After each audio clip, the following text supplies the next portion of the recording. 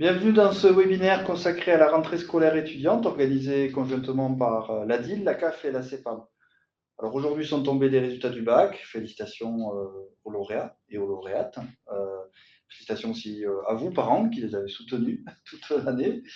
Je suis Christophe, je travaille à la CAF et je suis ravi d'être en compagnie des experts de ces trois organismes, ceux que je viens de citer, donc l'ADIL, la CAF et la CEPAM.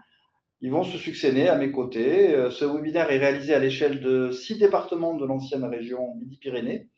Vous êtes nombreuses et nombreux à nous suivre. Nous allons essayer d'aborder les questions essentielles que vous pouvez vous poser alors que se profile dans quelques semaines la rentrée étudiante. Sachez qu'un chat est à votre disposition tout au long du webinaire pour répondre aussi à vos questions. Et nous allons commencer avec l'ADIL, l'Agence d'information sur le logement de la Haute-Garonne. Je suis avec Lise, juriste à l'ADIL. Bonjour. Bonjour, vous allez nous donner les informations à ne pas oublier quand on est étudiante ou étudiant et qu'on est à la recherche d'un logement. Et je vais me mettre dans la peau d'un étudiant pour vous poser des questions. Et alors, par où commencer ma recherche de logement? Et oui, commençons par le début. C'est en effet la première question à se poser. Alors, il y a plusieurs moyens qui s'offrent aux jeunes étudiants pour commencer leur recherche. Les premières choses auxquelles on peut penser, c'est les plateformes qui sont désormais bien connues, assez répandues de particulier à particulier, avec Le Bon Coin, par exemple, le site PAP, pour ne citer que ces plateformes. Il y a aussi les offres des agences immobilières, soit en ligne, soit en présentiel en agence, où on peut voir les différentes offres qui sont disponibles. On y pense parfois moins souvent, mais ça peut être une opportunité aussi. Regarder les plateformes des bailleurs sociaux pour les logements HLM et ensuite les résidences étudiantes, qu'elles soient privées ou via le Crous. Ça peut être les différents modes de recherche qui s'offrent aux étudiants. Il faut savoir aussi à ce moment-là qu'il y a des mentions obligatoires qui doivent être contenues dans l'annonce immobilière. Tout ça est très réglementé. La loi le définit précisément. Je ne vais pas être exhaustive, bien sûr, parce que la liste serait longue, mais il y a le montant du loyer, bien sûr, le caractère meublé ou non de la location, le cas échéant, le montant des honoraires de l'agence, s'il y en a, et l'étiquette énergétique du logement, par exemple, dont on entend pas mal parler en ce moment. D'accord. C'est aussi le moment de s'interroger sur ce qu'on cherche en tant qu'étudiant, là où on peut vivre, là où on souhaite vivre, etc. C'est vrai qu'il y a différents types de locations et que c'est à ce moment-là que la question se pose aussi. Et c'est ce qu'il faut définir aussi avant la recherche, ou en tout cas concomitamment pour que la recherche soit pertinente. Le contrat le plus classique, entre guillemets, c'est le contrat de location vide. Donc, on loue un logement qui n'est pas meublé, dans lequel on va amener ses propres meubles. Le contrat est par principe de 3 années et il y a un délai de préavis d'1 à 3 mois lorsqu'on souhaite le quitter selon le zonage géographique ou les motifs pour lesquels on rompt le contrat de bail. Il y a ensuite la location meublée, auquel on recourt pas mal d'étudiants, c'est vrai, d'une durée moindre, d'1 an ou de 9 mois pour un étudiant. Alors à chaque fois, il y a des possibilités de tacite reconduction selon les cas de figure, bien sûr. Et là, il y a un délai de préavis d'1 mois pour le locataire. L'avantage par rapport à la location vide, c'est aussi qu'on n'a pas forcément à débourser les fonds nécessaires à l'achat du mobilier pour se meubler, ce qui peut être mais c'est un contrat qui est pensé pour être aussi moins pérenne dans la durée que la location vide, même si encore une fois, il y a de la titre reconduction, etc. Le bail mobilité, je ne rentre pas dans le détail, c'est un logement meublé avec des conditions très spécifiques, mais les étudiants sont éligibles, ainsi que d'autres personnes, les personnes en apprentissage, etc. Donc voilà, c'est un contrat quand même très spécifique. Et après, il y a les modalités aussi, éventuellement la chambre chez l'habitant, qui peut être une solution à envisager aussi. La chambre doit faire au moins 9 mètres carrés avec les mêmes règles que la location meublée classique. Il y a la colocation aussi, avec 2 options qui s'offrent aux locataires, soit un bail unique où on rentre, alors soit on crée la colocation et on fait un bail unique avec ses colocataires, soit on rentre par un avenant dans une colocation déjà existante, ou alors la colocation avec des baux uniques, on dit, donc on loue qu'une chambre et on a l'usage des parties communes qui est partagé. Donc ça dépend des types de baux, mais voilà, la colocation s'est pas mal développée aussi ces dernières années, donc ça peut être une solution. Et je le disais, les résidences étudiantes aussi, qui sont une option à ne pas négliger aussi. Alors j'ai une question là qui me brûle les lèvres, c'est les arnaques. Parce que c'est vrai que Et oui. ce secteur-là de la recherche de location et de logement n'est pas étranger au cas d'arnaque. Oui, ben, c'est légitime comme question. La recherche du premier logement étudiant génère tout un tas de questions et voilà, peut en effet enfin, on peut se sentir comme une proie un petit peu facile quand on est en recherche de logement et un peu stressé par rapport à ça. Les conseils qu'on peut donner, nous, à la DIL, par rapport à ça, ça va être de faire attention aux annonces sans photo ou trop attrayantes, puisque ça peut être un moyen, par exemple, pour certaines personnes d'obtenir le versement d'une somme d'argent ou d'essayer de récupérer les dossiers personnels en faisant envoyer en amont des visites les documents personnels à certaines personnes malveillantes. Un point de vigilance d'ailleurs là-dessus, il faut à tout prix refuser de verser des sommes d'argent avant la signature du bail. C'est interdit et ça n'augure rien de bon pour la relation contractuelle si on vous demande avant même de signer le bail des sommes. Voilà, c'est encadré les sommes qu'on peut réclamer, enfin, que le bailleur est en droit de réclamer et il faut bien évidemment refuser, surtout si on a des soupçons d'arnaque derrière ça. Une petite précision aussi sur les vendeurs de liste, parce que je sais que ça peut être tentant quand on est à la recherche du logement et qu'on commence à stresser de ne pas en avoir avant la rentrée, le cas échéant, etc. Ou même de manière générale, voilà, où on souhaite accélérer les choses par ce biais. Alors, il faut bien avoir en tête qu'ils n'interviennent pas dans les transactions. C'est juste qu'on vous vend une liste de logements auxquels vous pouvez postuler, mais ça ne vous garantit en rien d'avoir les logements à la fin. Donc, c'est ce qu'il faut avoir en tête quand on fait appel à ce type de prestataire. Ça donne pas forcément une priorité pour l'accès au logement. Absolument pas. Et pour finir, peut-être sur la communication des papiers d'identité, ce qui peut être rassurant, c'est de constituer un dossier sur la plateforme Dossier Facile, puisqu'il va y avoir un filigrane d'apposé sur les documents qui permet de sécuriser la transmission aussi au bailleur. Ça sécurise tout le monde finalement, puisque le bailleur a l'authenticité des documents un peu vérifiés de son côté et le locataire a une traçabilité de ce qu'il envoie. D'accord. Alors, on passe à la question suivante. Dans le parcours de l'étudiant qui devient locataire, quel document le bailleur peut me demander avant la signature du contrat de location, la signature du bail? Alors, ça, c'est très réglementé, une nouvelle fois, hein, puisque la loi est venue vraiment encadrer ça strictement. Il y a un décret du 5 novembre 2015 qui fixe limitativement les pièces qui peuvent être demandées aux locataires et aux cautionnaires. Donc, c'est des pièces qui vont concerner l'identité, qui vont concerner les ressources, etc. Mais c'est vraiment limitatif. Donc, on ne peut pas vous demander de pièces qui excéderaient ce qui est noté là-dessus. Autre point aussi, le bailleur n'a pas le droit de commettre de discrimination dans le cadre du choix, bien évidemment, de ses locataires. D'accord. Et moi, en tant que locataire, quel document ah oui, non, on a oublié une question oui, importante, le cautionnement. J'oublie un autre document, en effet, qui peut être demandé à ce moment-là, qui est généralement envisagé concomitamment, puisque généralement, le bailleur, avant de signer le contrat, va demander à l'étudiant qui, bien souvent, n'a pas de ressources propres ou peu, d'avoir un cautionnement. Le cautionnement, il faut savoir qu'il peut être simple ou solidaire, il peut être à durée déterminée ou indéterminée. C'est un petit peu l'acte de cautionnement qui va être signé, qui va tout définir. À nouveau, hein, c'est quelque chose qui est assez cadré. Il y a tout un tas de mentions obligatoires à bien respecter. La caution doit obtenir une copie du bail pour bien savoir à quoi il s'engage, parce que c'est un engagement lourd aussi d'être caution derrière. Des obligations diverses du locataire. Bien souvent, c'est les parents dans le cas des étudiants, mais pas que. Il faut savoir qu'il y a le dispositif Visal aussi pour les jeunes de moins de 30 ans, où c'est une garantie finalement qui est apportée par un organisme public, par l'État, et qui permet de sécuriser le bailleur et de faciliter aussi l'accès au logement des jeunes étudiants. Ça va couvrir durant les 3 premières années du bail jusqu'à 36 mensualités d'impayés, le cas échéant, si malheureusement ça devait arriver, et éventuellement l'équivalent de 2 mois de loyer s'il y a des dégradations. J'ai une petite question. On parlait avant de garantie, c'est la même chose que la caution, c'est ça?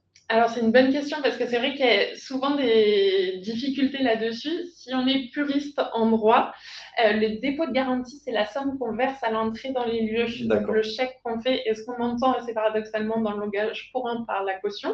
Donc, c'est le dépôt de garantie qu'on verse au bailleur pour garantir ses obligations et qu'on récupère normalement à la fin si tout se passe bien. Et la caution, c'est la personne qu'on dénomme dans le langage courant comme le garant qui en fait du coup est la caution et qui va s'engager à payer si jamais le locataire ne remplit pas ses obligations lui-même. Mais c'est bien d'avoir la précision juridique, merci. Et alors, de notre côté, en tant que locataire, quel document suis-je en droit d'exiger du bailleur? Oui, alors le premier document qu'on peut exiger, c'est bien évidemment le contrat de location. J'en profite pour dire à nouveau qu'il y a des mentions obligatoires, il y a un décret qui fixe un modèle.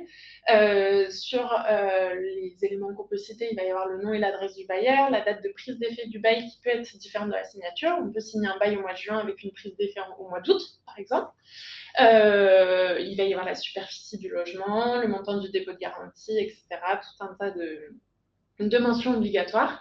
Et avec ce contrat de location, on a aussi le dossier de diagnostic technique. Alors là, ça varie selon le lieu du logement, ça varie aussi selon l'époque de construction du logement, par exemple. Il y a plein de paramètres qui rentrent en compte. Peut-être le diagnostic dont on entend le plus parler aujourd'hui et qui a été popularisé, autour duquel il y a eu de fortes modifications législatives, c'est le DPE, diagnostic de performance énergétique, qui classe le logement selon son niveau de performance de A à G, avec des conséquences importantes si le logement est classé F ou G aujourd'hui, notamment s'il est classé G, mais F également sur la révision du loyer, sur tout un tas de choses aussi. Donc, c'est important de bien demander le document à ce moment-là aussi pour l'avoir. Et après, il y a d'autres diagnostics, encore une fois, qui dépendent du logement, qui peuvent être communiqués. Le CREP, c'est pour l'exposition au plomb.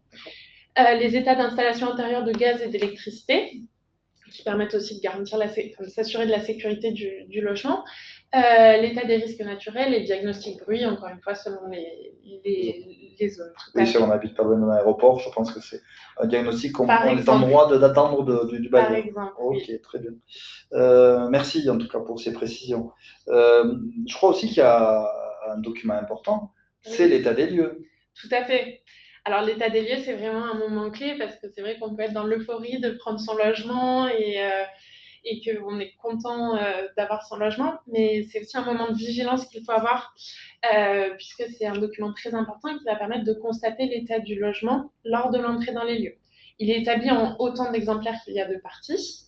Donc, c'est important de repartir avec son original aussi, ou à minima de prendre en photo l'original pour s'assurer qu'on a bien signé un document et qu'on en conserve copie. Ce qu'il faut savoir, et c'est là le point de vigilance majeur, c'est que tout ce qui n'est pas noté dans l'état des lieux entrant est présumé être remis en bon état d'usage et de réparation. Donc, si à la sortie, vous avez un élément qui est marqué comme endommagé, mais qu'à l'entrée, il n'y a rien de noté, vous aurez beaucoup de mal à faire valoir qu'à l'entrée, il était en mauvais état. Donc, c'est important d'être rigoureux dans l'établissement de l'état des lieux. Et c'est pour ça que la loi ajoute qu'il y a un délai de 10 jours à compter de l'établissement de l'état des lieux entrant pour faire des ajouts. Donc, ça, c'est très important parce qu'en effet, on ne pense pas forcément à tout lors de la visite. Mais il ne faut pas hésiter à vérifier les volets, à vérifier les lavabos, à ouvrir les placards. Il faut être rigoureux. D'accord. Il ne faut pas hésiter. Petite précision aussi sur les meublés, il faut qu'il y ait un inventaire du mobilier, puisqu'il faut vérifier l'état du logement, mais aussi l'état du mobilier lorsqu'on est en meublé. D'accord. L'état de la literie, par exemple. Par exemple, tout à fait. Ok. Très bien. Alors, une fois que l'état des lieux est signé, le contrat de location envisagé, il y a quand même une notion importante, c'est les dépenses. Quand on prend un logement, quand on devient locataire, il y a plein de dépenses à anticiper. Lesquelles? Tout à fait. La première auquel on pense de manière évidente, c'est le loyer. Alors, j'en profite pour faire une précision aussi sur ce point, puisqu'il faut distinguer deux notions qui sont proches mais pas identiques. Il y a d'une part l'encadrement de l'évolution des loyers, ce qui est applicable en zone tendue, et notamment à Toulouse et dans l'agglomération toulousaine, pour ne citer qu'elle. Mais ça, il y a des simulateurs qui permettent de savoir si vous êtes concerné par ces zones. Ça, l'important, à la signature du bail, ça va être de vérifier que le loyer n'a pas augmenté entre deux locataires, puisque il y a un décret de 2017 qui vient plafonner l'évolution du loyer entre deux locataires. Donc, vous avez la possibilité de vérifier ça, puisque le loyer applicable au précédent locataire est noté dans le bail. En revanche, il n'y a pas de dispositif, alors à Toulouse et autour, plus largement sur les territoires, il n'y a pas de dispositif qui vienne encadrer les loyers à proprement parler, comme il peut y avoir à Paris, à Lyon, sur d'autres métropoles ou sur la côte basque, par exemple. On n'a pas un loyer maximum fixé par un arrêté préfectoral. Donc, il n'y a pas cette référence-là, mais il y a quand même un encadrement sur certains territoires. Et il y a d'autres territoires concernés par aucun de ces dispositifs, où là, c'est encore plus libre, la détermination du loyer. Il y a aussi les charges locatives. Donc, le loyer, on va distinguer dans le bail de loyer hors charge, les charges et le loyer charges incluses. Donc, les charges locatives, il y a deux modalités. Soit c'est une provision sur charge. Donc là, c'est un paiement au réel, mais on va dire que tous les mois, on verse un petit peu dans une cagnotte finalement, et qu'en fin d'année, on fait le point pour vérifier si toute la cagnotte a été dépensée en charge ou s'il en restait un peu. Quand vous dites on fait le point, qui fait le point? Alors, c'est le locataire qui peut le demander à son bailleur une fois par an. Le principe, c'est que c'est une régularisation annuelle. On a souvent des questions sur la date. Il faut savoir que ce n'est pas forcément la date anniversaire du bail, parce que ça dépend bien souvent de la copropriété lorsqu'on est en appartement, donc ça dépend de plein de paramètres. Mais voilà, l'idée, c'est de demander à son bailleur en fin d'année, si le bailleur ne le fait pas spontanément, parce que bien souvent, quand même, les bailleurs le font spontanément aussi, de faire la régularisation. L'autre modalité, c'est le forfait, où pour le coup, il n'y a pas de régularisation, c'est fixe. Donc, on paye une somme fixe, c'est notamment le cas en colocation. Ça peut notamment être le cas en colocation ou sur un logement meublé. Et après, il y a tout un tas d'autres frais. L'assurance habitation, bien évidemment, qui est obligatoire. Ça peut être une cause de résiliation du bail si le locataire ne la souscrit pas. Donc, c'est vraiment capital d'anticiper cette dépense. Et il y a des frais annexes, le gaz, l'électricité, Internet, etc., bien sûr. Est-ce que ces frais annexes peuvent être inclus dans le forfait, par exemple, ou pas? Alors, ça va dépendre desquels. Il y a un décret, là, en cas de question, c'est vraiment au cas par cas. Il ne faut pas hésiter à revenir à la DIL, parce que ça va dépendre vraiment au cas par cas de ce que prévoit le contrat. Il y a des textes qui viennent réglementer certaines dépenses, etc. Donc, il ne faut pas hésiter à venir nous voir s'il y a des questions, même sur la régularisation, le cas échéant. Puis il y a le fameux dépôt de garantie. Oui, alors là, c'est une somme à verser à l'entrée, mais c'est vrai que c'est pas une somme qui se répète tous les mois, mais c'est une somme qui est importante généralement à verser. On est sur un dépôt de garantie de 2 mois de loyer hors charge pour un meublé ou d'1 mois pour un logement vide. C'est une somme qui vient garantir d'éventuelles dégradations à la sortie du logement, où le bailleur peut faire des retenues sur justificatif uniquement. Bien évidemment, à la fin du bail. Et c'est souvent cette somme que dont les parents s'acquittent à la prise du logement, c'est ça? Généralement, oui, c'est ça. À la signature du bail, on verse le dépôt de garantie en même temps qu'on verse le premier mois de loyer, oui. Ok. Écoutez, merci pour toutes ces réponses, ces éclaircissements. Il y a quand même peut-être des questions qu'on se pose encore, et on a peut-être besoin d'aller voir la DIL pour avoir des réponses. Comment on peut contacter la DIL, Lise? Oui, on est très régulièrement concerné par beaucoup de parents au cours de l'été, donc voilà, c'est des questionnements qui sont partagés par beaucoup. Il y a plusieurs modes de contact sur la DIL. Si c'est pour une question simple, ponctuelle, pour avoir une première réponse, un premier contact avec un ou une juriste, vous avez la possibilité de nous joindre sur la permanence téléphonique les lundis de 14h à 16h, et sinon tous les jours de 9h à 11h et de 14h. Réponse aux questions par mail sous 48 heures. Et sinon, pour les problématiques plus complexes ou qui nécessitent de consulter des documents ou d'approfondir les thématiques, ou parce que parfois la complexité juridique le justifie, il y a la possibilité de prendre des rendez-vous téléphoniques, des rendez-vous en face à face, ou alors soit à la DIL à Toulouse, soit éventuellement dans les permanences sur le territoire de la Haute-Garonne. Et chaque département a son ADIL, donc il ne faut pas hésiter pour les personnes qui nous regardent en dehors du ressort de la Haute-Garonne à se rapprocher de la DIL de ressort le cas échéant. D'accord. Ben, merci Lise pour toutes ces réponses. Merci Merci à beaucoup. Et puis, on retient le site internet adil31.org où on a pas mal d'informations et aussi tous les modes de contact de l'ADIL. Merci. Merci à vous. Alors, nous allons passer maintenant à la CAF. Alors, je vous laisse regarder une vidéo qui introduit cette partie du webinaire consacrée à ce qui relève de la CAF. Je veux bien sûr parler de l'aide au logement.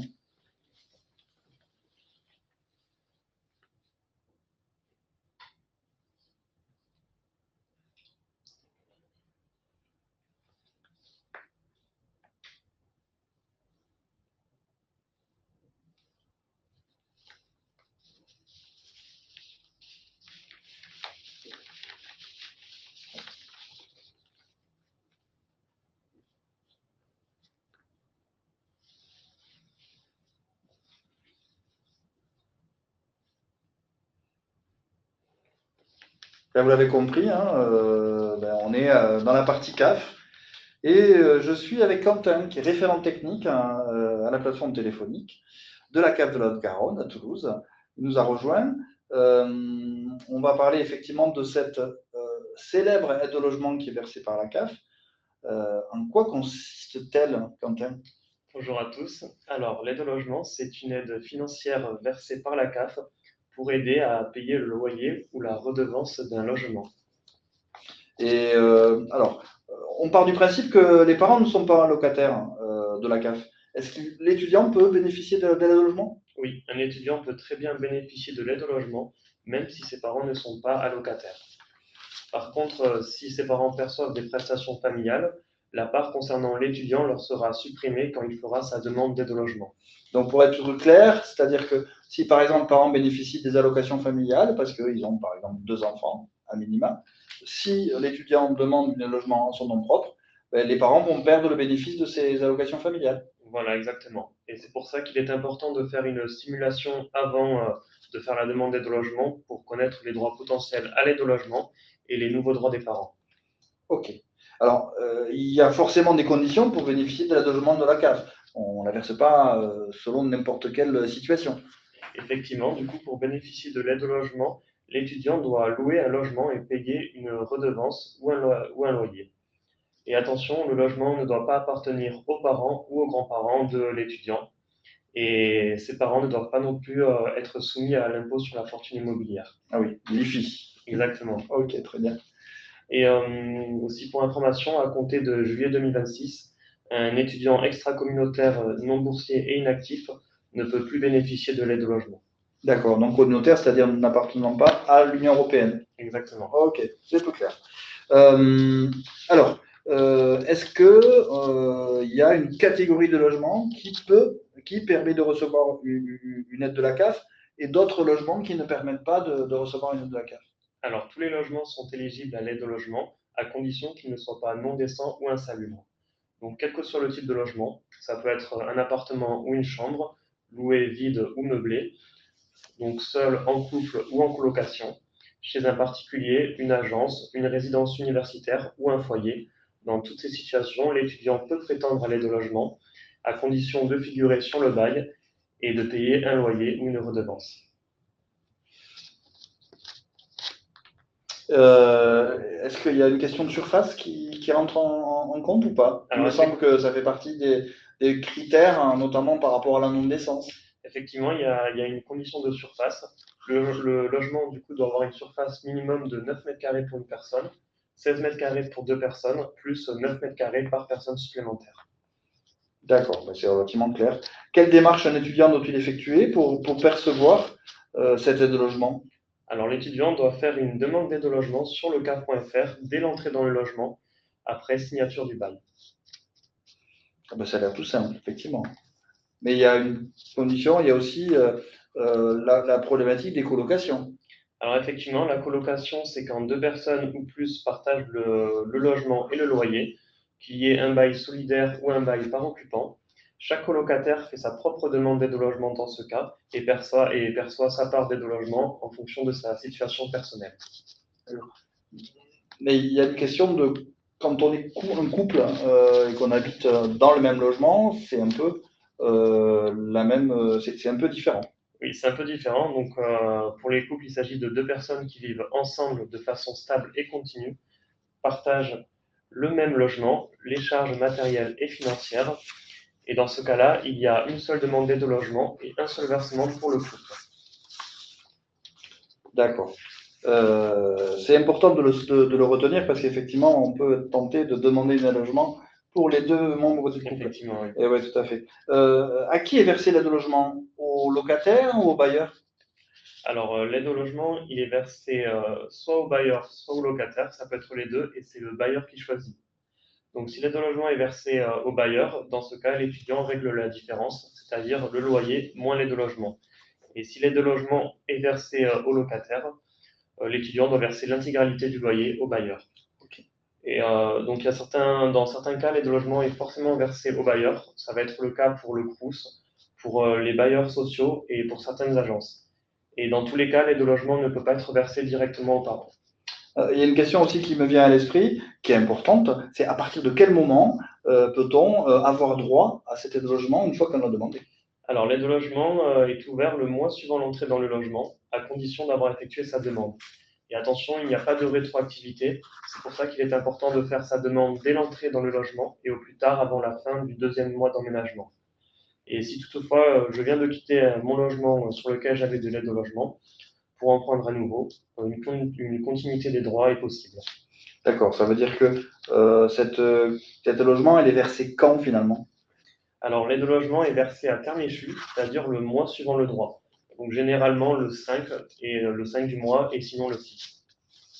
D'accord. Ça veut dire que par exemple, si j'occupe un logement à partir de septembre, mon droit il s'ouvre en octobre et je bénéficie du versement à partir de début novembre, c'est ça? Voilà, on peut prendre un exemple. Si un étudiant emménage en septembre, quelle que soit la date d'emménagement, il aura le droit à l'aide au logement à partir de octobre avec un versement en novembre. D'accord, c'est bien. Et voilà, n'hésitez pas à suivre l'évolution du dossier et des paiements sur le CAF.fr ou l'application mobile. Oui, cet endroit, ces deux sites, donc l'application et le CAF.fr, c'est vraiment un peu les endroits où il faut se référer pour avoir les informations les plus importantes. Il y a quand même donc une démarche à faire. Comment on l'effectue cette demande de logement auprès de la CAF? Alors c'est très simple, tout se fait directement sur le CAF.fr ou l'application mobile. Il n'y a pas de pièces à fournir, hormis celles qui sont demandées sur le récapitulatif à la fin de la téléprocédure. Alors, il peut y avoir du coup soit l'étudiant a déjà un compte CAF et il s'y connecte pour faire sa demande, soit il n'a pas encore de compte et dans ce cas, il doit d'abord créer son espace personnel pour faire sa demande d'aide au logement ensuite avec son numéro de sécurité sociale. D'accord. Donc les démarches sont relativement simples. Mais ne faut-il pas faire d'abord une simulation ou une estimation des droits que l'on pourrait percevoir si on demande l'aide au logement? Effectivement, il faut faire une simulation sur le CAF.fr avant. C'est le mieux, c'est le mieux. Et n'importe qui peut faire une simulation avant de faire sa demande, que l'on soit allocataire ou non. Et dans ce cas, il faut choisir le thème logement sur le CAF.fr. D'accord. Et si je comprends bien, juste après, on peut faire sa demande d'aide au logement. Exactement. D'accord. Bah, tout est autorisé, hein, tout se suit normalement. OK. Est-ce qu'il y a des documents à prévoir quand on fait la demande? Alors oui, pour faire la demande d'aide au logement, l'étudiant a besoin d'une adresse mail valide, du contrat de location ou du bail ou de l'attestation de résidence du Crous s'il est logé par le Crous, des coordonnées du bailleur ainsi que du numéro de SIRET à 14 chiffres s'il s'agit d'un bailleur moral ou d'une agence. Il faudra également le numéro d'allocataire des parents s'ils perçoivent des prestations. Et il faudra également le RIB personnel de l'étudiant. D'accord. Et cette aide de logement, elle est calculée euh, comment? Est-ce que les revenus des parents sont pris en compte?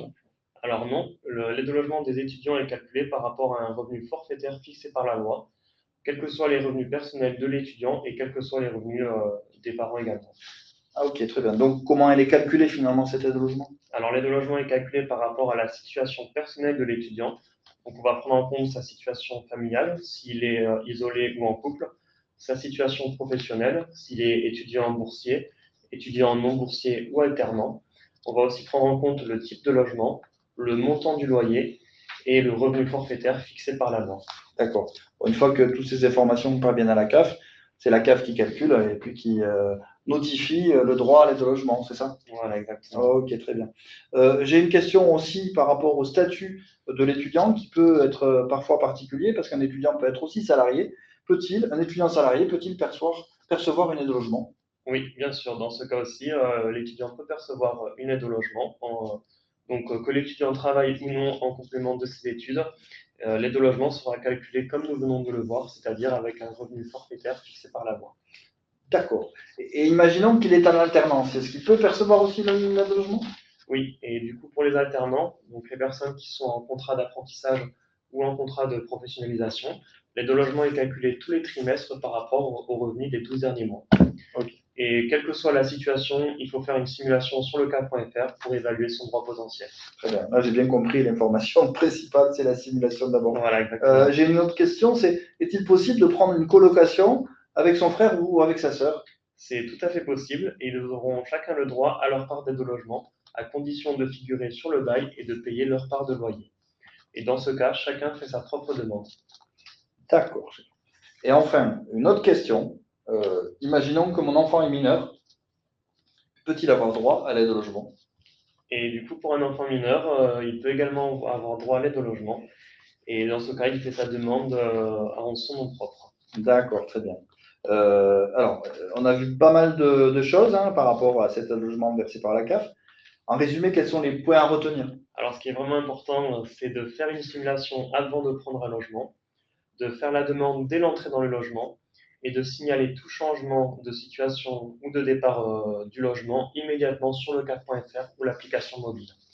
D'accord, merci. C'est vraiment des informations essentielles à retenir. Merci Quentin, en tout cas pour Merci toutes à ces vous. informations. Alors vous voyez sur l'écran les informations concernant les contacts de la CAF à Toulouse. Sachez que la CAF est présente à l'accueil Welcome Desk, qui dépend de l'Université de Toulouse. C'est au 41 allée Jules Guesde. Elle vous y reçoit sur rendez-vous.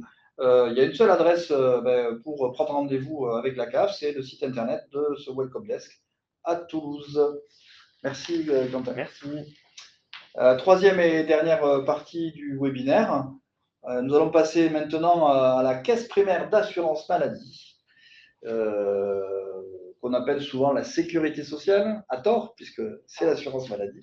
Et je suis avec Sylvie, qui est responsable adjointe à l'accueil de la CEPAM de la Haute-Garonne à Toulouse. Bonjour Sylvie. Bonjour. Alors, imaginons, je rentre à l'université ou en études supérieures. Que dois-je faire auprès de la caisse primaire? Donc, ce qui va se passer auprès de la caisse primaire, c'est qu'en règle générale, à l'âge de 18 ans, votre enfant va devenir autonome.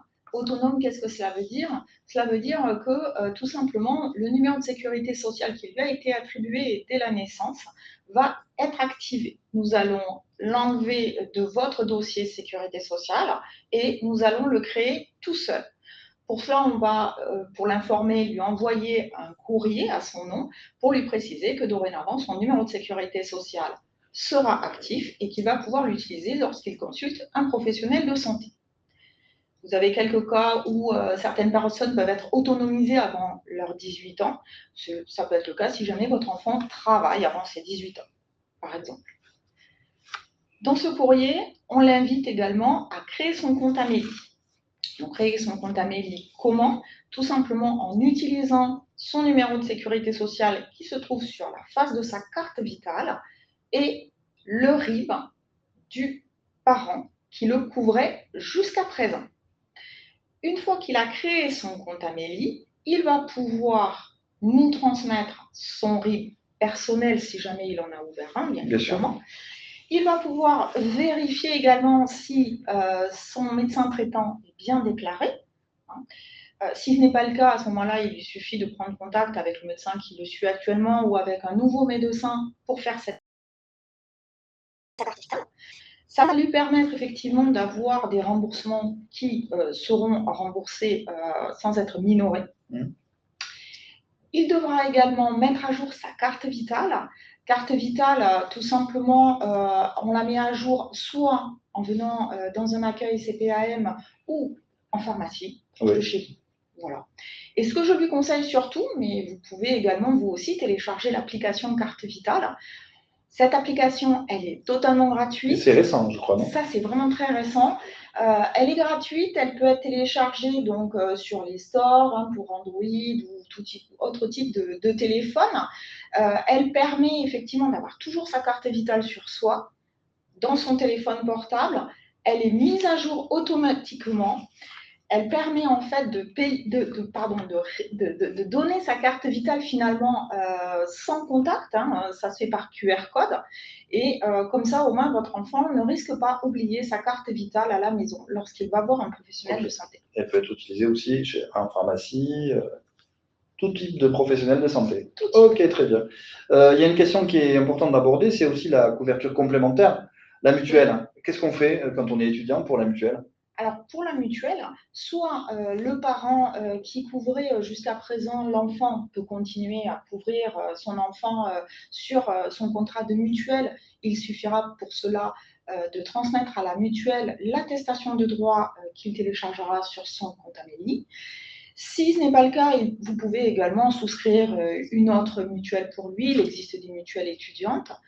Vous avez également la possibilité de bénéficier d'une complémentaire santé solidaire. Donc, cette complémentaire santé solidaire doit être faite pour l'ensemble du foyer. Si l'enfant fait sa demande seul, il doit remplir 3 conditions qui sont cumulatives, à savoir ne pas vivre à votre domicile, ne pas percevoir d'aide financière de votre part, et aussi être indépendant fiscalement ou en tous les cas s'engager lorsqu'il fait ce dossier à faire sa déclaration aux impôts seul. Seul en son nom propre. En son nom propre. Ok, donc ça c'est une précision utile, merci. Je suppose qu'il y a toutes les informations par rapport à cette CSS sur le site de Amélie. Tout à fait. Ok, très bien.